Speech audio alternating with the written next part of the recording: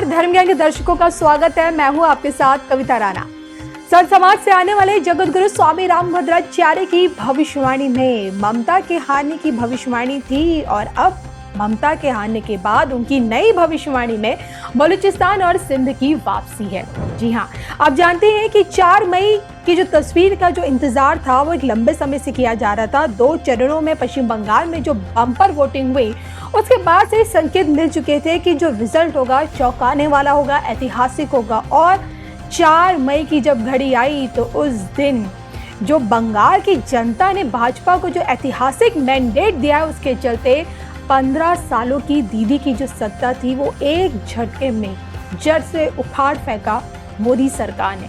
और अब आलम यह है कि पूरा का पूरा पश्चिम बंगाल अब भगवामय हो चुका है और बंगाल के भगवामय होते ही जगत गुरु स्वामी रामभद्राचार्य जी की भविष्यवाणी भी सत्यता की कसौटी पर साफ नजर आने लगी है। मैं आपको बता दूं कि वोटिंग के बीच रिजल्ट से ठीक पहले जगत गुरु स्वामी रामभद्राचार्य ने साफ शब्दों में पश्चिम बंगाल में दीदी के हारने की भविष्यवाणी कर दी थी। जगत गुरु स्वामी रामभद्राचार्य जी का साफ कहना था कि दीदी को सबक सिखाया जाएगा और बीजेपी जीतेगी। उनका सबसे बड़ा बयान जो सामने आया था, उन्होंने अपने बयान में साफ कहा था कि जिस प्रकार ममता बनर्जी ने अपने शासन व्यवस्था में घुसपैठ को बढ़ावा दिया है, वर्ग विशेष के दबाव में तुष्टीकरण के तहत जिस प्रकार हिंदुओं का दमन किया है, इसका सबक उन्हें इसी चुनाव में मिलेगा और दीदी जाएंगी। और 4 मई को टीएमसी गई। और अब एक बार फिर जगत गुरु स्वामी रामभद्राचार्य की एक नई भविष्यवाणी वायरल हो रही है, जिसमें बलूचिस्तान और सिंध, पाकिस्तान के इन 2 हिस्सों का जिक्र है। अब मैं आपको बता दूं कि जगत गुरु स्वामी रामभद्राचार्य आखिर है कौन। संत समाज से आने वाली ये एक ऐसी प्रभावशाली शख्सियत है जिनकी अपनी एक खुद की एक पहचान है बतौर कथावाचक। तुलसी पीठ से पीठाधीश्वर है और तुलसी पीठ के, और ना सिर्फ देखिए कथावाचक है, जगत गुरु है, बल्कि एक हैंडीकैप यूनिवर्सिटी तुलसी पीठ भी चलाते हैं। और देखिए ये सोचिए कि आंखों की रोशनी के बगैर आज भी आम जनमानस को अध्यात्म के रास्ते से जोड़ रहे हैं। 22 भाषाओं के ज्ञाता माने गए हैं और 80 से ऊपर ग्रंथों के रचनाकार भी है, दूरगामी दृष्टि के जनक माने गए हैं। और जब जब इन्होंने कुछ भी भविष्यवाणी की, जब जब इन्होंने राजनीतिक मसलों पर कोई अपने विचार रखे, तो इनके विचारों में कहीं ना कहीं भविष्यवाणी छिपी हुई नजर आई। इन्होंने ही देखिए पीएम मोदी जी के बैक टू बैक प्रधानमंत्री बनने की भविष्यवाणी की थी, योगी जी के दोबारा यूपी में आने की भविष्यवाणी कर दी थी, और इन्होंने ही बिहार में, महाराष्ट्र में कमल की भविष्यवाणी कर दी थी। हाल ही में तो देखिए बंगाल रिजल्ट से ठीक पहले इन्होंने ममता दीदी के हारने की भविष्यवाणी कर दी थी। और यही कारण है कि जब कभी जगत गुरु स्वामी रामभद्राचार्य की जुबान से कोई भी शब्द निकलते हैं, कोई भी संदेश देते हैं, कुछ भी बात कहते हैं, तो इनकी बातों में छिपी भविष्यवाणी राजनीतिक गलियारों में तहलका मचा देती है। इनकी भविष्यवाणियों के चलते जितने भी नेता उनके कान खड़े हो जाते हैं। और फिलहाल तो पाकिस्तान स्वामी रामभद्राचार्य की भविष्यवाणी से दहशत में है, क्योंकि अब की बार स्वामी रामभद्राचार्य ने न सिर्फ हिंदू राष्ट्र के घोषित होने की भविष्यवाणी कर दी है, बल्कि इसी हिंदू राष्ट्र में सिंध और बलूचिस्तान की वापसी होगी, इस बात के भी उन्होंने संकेत दे दिए हैं। हाल ही में जगत गुरु स्वामी रामभद्राचार्य अपनी कथा के लिए एक कार्यक्रम में पहुंचे और यहाँ उन्होंने पत्रकारों से बातचीत करते हुए बहुत बड़ी भविष्यवाणी कर दी।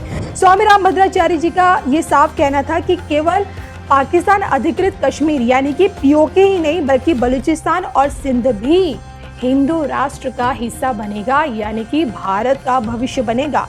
और उनका ये साफ कहना था कि यदि भारत की जनता बीजेपी को कम से कम 370 सीटें अगर जिता दे तो 1 मिनट के अंदर अंदर हिंदू राष्ट्र की घोषणा कर देंगे। यानी कि यहाँ पे जगत गुरु जी का साफ कहना है कि अब अगर सोचिए 29 में अब की बार के लोकसभा चुनाव में अगर फाइनली 370 सीटें आ जाती हैं तो हिंदू राष्ट्र का ऐलान हो जाएगा। वह ये भी कहना था कि ये हिंदुत्व की शताब्दी है, ये देश हिंदू राष्ट्र होकर ही रहेगा, ये उनका विश्वास है, ये उनकी भविष्यवाणी है।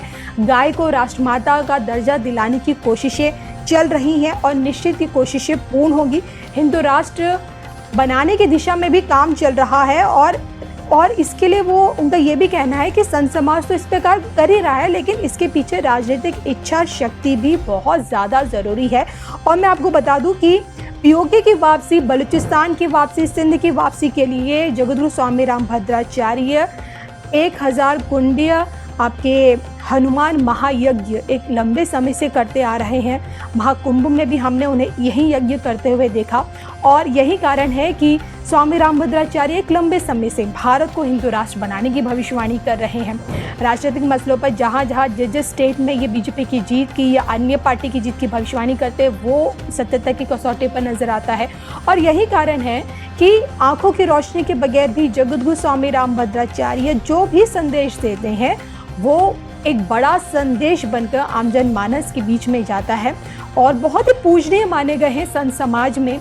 और यही कारण है कि स्वामी रामभद्राचार्य की कई बातों को नज़रअंदाज नहीं किया जाता है। खुद इनकी किताब विमोचन में देश के प्रधानमंत्री नरेंद्र मोदी जी पहुंचते हैं और जगतगुरु स्वामी रामभद्राचार्य कई दफ़ा अपने इंटरव्यू में भी बोल चुके हैं कि ये मोदी के साथ उनका मित्रता वाला भाव है। और यही कारण है कि कई दफ़ा तो योगी आदित्यनाथ भी इनके चित्रकूट वाले आश्रम में हमें पहुँचे हुए नज़र आए हैं।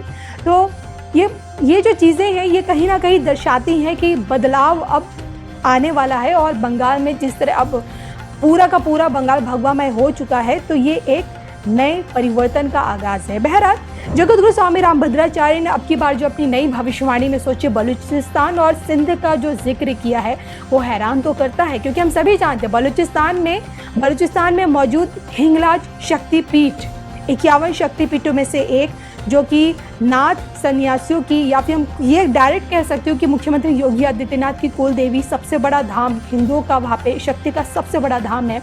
और यही कारण है कि भारत में रहने वाले हिंदुओं की आज भी यही इच्छा है कि हिंगलाज शक्तिपीठ की वापसी हो सके भारत में। और ये तभी मुमकिन है जब बलूचिस्तान भारत से जुड़ पाए।